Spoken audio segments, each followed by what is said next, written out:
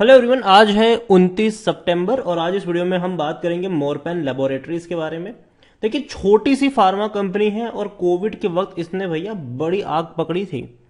70-75 तक पहुंच चुका था ये, लेकिन तब से लेकर अब तक अगर आप देखो तो लगातार गिरावट है। 24 रुपए पर पहुंच चुका है। हर रोज ये बड़ी गिरावट दिखा रहा है। तो वीडियो में बात करना बनता भी है कि भैया क्या इसमें पोटेंशियल है दोबारा तेजी दिखाने का, और क्या ये लॉन्ग टर्म के लिए सही साबित हो सकता है या फिर ये स्विंग ट्रेड के लिए बेहतरीन रहेगा, उसके बारे में हम डिस्कस भी करेंगे। लेकिन उससे पहले अगर आपने अभी तक चैनल को सब्सक्राइब नहीं किया है तो प्लीज अभी इसे सब्सक्राइब कर लीजिए, क्योंकि आगे भी बहुत सारे वीडियोस हैं जो आपको काफी ज्यादा हेल्प करेंगे। तो मॉर्पेन लेबोरेटरी का शेयर 24 रुपए का है। 2% की आज गिरावट देखने को मिली है और एक महीने में ही ये 30% तक टूट चुका है। भयंकर गिरावट है। और इवन अगर आप देखो तो गिरावट एक्चुअली में देखा जाए तो पिछले 2 हफ्तों में है। 35 रुपए से जो टूटना शुरू हुआ है, एक तरफा यहां पर गिरावट देखने को मिल रही है। और इवन अगर आप एक साल की बात करोगे तो 57% की गिरावट है ये। और एक साल का जो सबसे बड़ा लो है वो अभी बना है। अगर आप देखो तो इससे पहले भी गिरावट थी लेकिन संभल रहा था ये, लेकिन तेजी बीच बीच में देखने को मिली भी थी हमें। अगर आप देखो तो ये लगातार टूट, एक बहुत बड़ी गिरावट आई, संभल रहा था, बहुत बड़ा बाउंस बैक भी आया था, लेकिन दोबारा टूट गया और दोबारा संभलने का इसको मौका ही नहीं मिल रहा है। एक सपोर्ट जरूर बन रहा था 35 रुपए के आसपास, लेकिन उसको भी तोड़कर अब ये और नीचे तक जा चुका है। अगर आप 5 साल का ग्राफ देखोगे तो ऐसे फॉर्मेशन पहले भी बनते नजर आए हैं। अगर आप 10 साल का ग्राफ देखोगे तो ऐसे फॉर्मेशन अगर आप देखो तो पहले भी इस तरीके की बेहतरीन तेजी के बाद एक बहुत बड़ी गिरावट आई थी, और ये जो गिरावट थी वो लंबे समय तक चली भी थी। दोबारा एक झटके में तेजी दिखाई, दोबारा गिरावट आई, दोबारा तेजी बनी, दोबारा गिरावट आई। और कोविड के वक्त तो ये 9 रुपए तक चला गया था। वहां से जो तेजी पकड़ी थी ये 70-75 तक गया था ये। उसके बाद अब गिरावट बनना शुरू हुई है।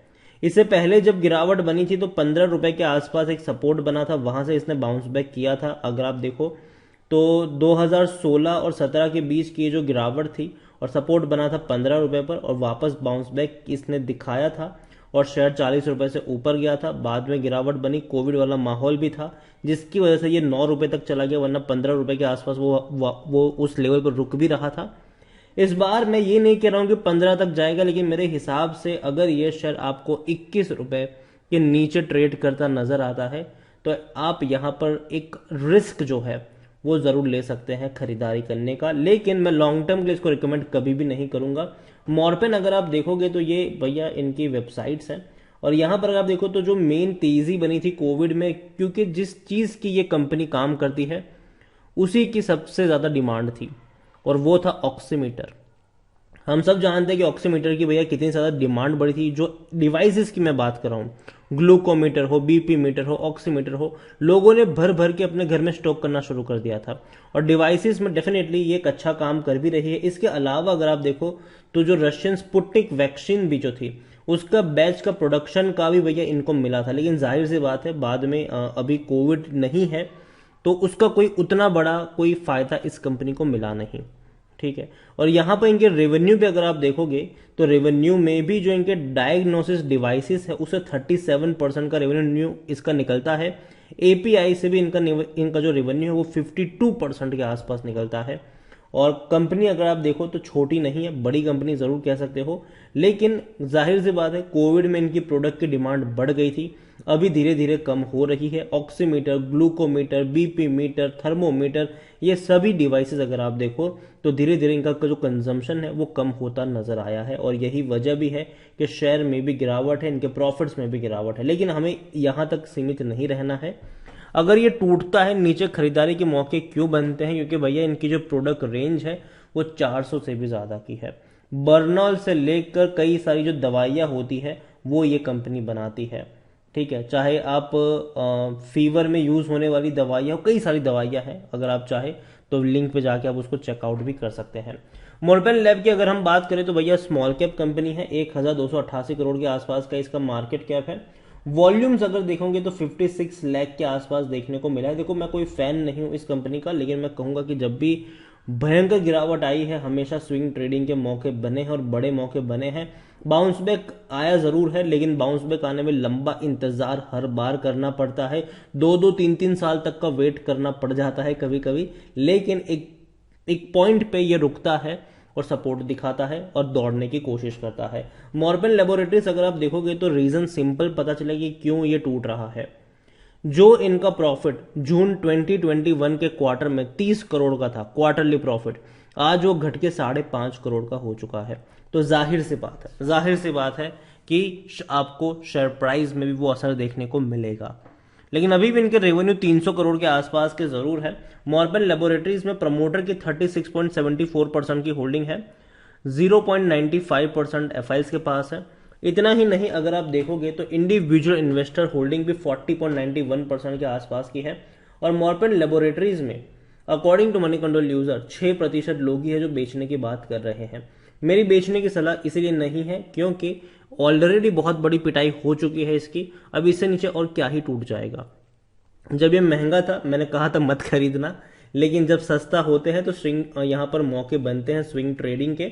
अगर आप नजर करोगे यहाँ पर तो काफी ज्यादा इनसाइडर ट्रांजेक्शन समरी हमें देखने को मिली है। अगर आप देखोगे तो लिक्विड होल्डिंग प्राइवेट लिमिटेड जो है उन्होंने बड़ी बड़ी क्वांटिटी खरीदी है 22 सितंबर को। और कितनी क्वांटिटी खरीदी है? 25 रुपए की कीमत में 50 लाख शेयर खरीदे पहले। बाद में इन्होंने इनकी जो बाद में दोबारा खरीदारी हुई 35 लाख शेयर वो खरीदे रिएक्ट इन्वेस्टमेंट फाइनेंशियल सर्विस की तरफ से। फिर दोबारा 35 लाख शेयर खरीदे हैं। और ये प्रमोटर ग्रुप है, तीनों के तीनों प्रमोटर ग्रुप है, मिड मेड फाइनेंशियल सर्विसेज। मतलब प्रमोटर ने खरीदारी करी है जब शेयर 25 रुपए का हो गया। प्रमोटर की तरफ से बाइंग आई है, जो मेरे हिसाब से एक अच्छे पॉजिटिव साइन जरूर है। और शायद यहां पर एक लेवल आएगा जहां पर अब ये सपोर्ट लेता नजर आएगा और दोबारा स्विंग ट्रेडिंग के लिए भागता नजर भी आएगा। रेवेन्यू में बहुत बड़े जंप्स आए जरूर थे। यहां पर आप देखिए 600 करोड़ का रेवेन्यू 1500 करोड़ पर पहुंच चुका और 2 साल में बड़ा जंप हमें देखने को मिला। और प्रॉफिट की भी अगर हम बात करने जाए तो प्रॉफिट भी जो पहले 28 करोड़ का था, 33 करोड़ का था, वो बढ़ के 100 करोड़ हो गया। लेकिन अभी कम होगा, ठीक है, क्योंकि जून क्वार्टर में सिर्फ 5.5 करोड़ का ही मुनाफा हुआ है। जहां 25 करोड़ की एवरेज थी वहां 5.5 करोड़ का प्रॉफिट हुआ है। तो जाहिर सी बात है ये कम होता नजर आएगा, ये और कम हो जाएगा। इनका प्रॉफिट जो है वो फाइनेंशियल ईयर 2023 में और कम होता नजर आएगा। अब मॉर्पेन लैब अगर आप देखोगे तो खरीदारी करने का सही मौका भी कुछ ओवरबोर्ड जोन में नहीं है, लेकिन अब ये सस्ता हो चुका है। 12 का इसका पी है और सेक्टर पी 34 का है। सस्ता कह सकते हो आप इसको, अब सस्ता जरूर आप इसको अब कह सकते हो। और यहां पर खरीदारी करने का इसलिए मौका बनता भी है। डिविडेंड हालांकि ये पे नहीं कर रहा है। अगर आप डिविडेंड के बारे में देखोगे तो 2002 में पे किया था। डिविडेंड पेइंग स्टॉक ये नहीं है। होल्डिंग्स के बारे में देखें, शेयर होल्डिंग्स के बारे में देखें तो प्रमोटर के पास भले ही 36.74% की होल्डिंग हो जून क्वार्टर तक, लेकिन अब नेक्स्ट क्वार्टर का जब डेटा आएगा तो प्रमोटर की होल्डिंग बढ़ती हुई आपको नजर आएगी। क्योंकि ऑलरेडी हमने देखा हाल फिलहाल में कि प्रमोटर ने खरीदारी करी है। इनसाइडर ट्रांजेक्शन समरी 22 सितंबर को प्रमोटर ने बड़े गेम्स यहां पर खेले हुए हैं। म्यूचुअल फंड के पास कुछ भी नहीं है। 4.07% डोमेस्टिक इंस्टीट्यूशन के पास है, 0.95 एफआईएस के पास है। रिटेल और अदर्स की मिलाकर 58.24% की होल्डिंग है। उसमें से भी रिटेल इन्वेस्टर के पास 36.07% के आसपास की होल्डिंग है। ओवरऑल मॉर्पेन लेबोरेटरीज को लेकर मैं इतना ही कहूंगा कि डेफिनेटली प्रमोटर ने बड़ा गेम खेला जरूर है। अब किस तरीके से ये कन्वर्ट होता है वो देखना यहां पर रहेगा।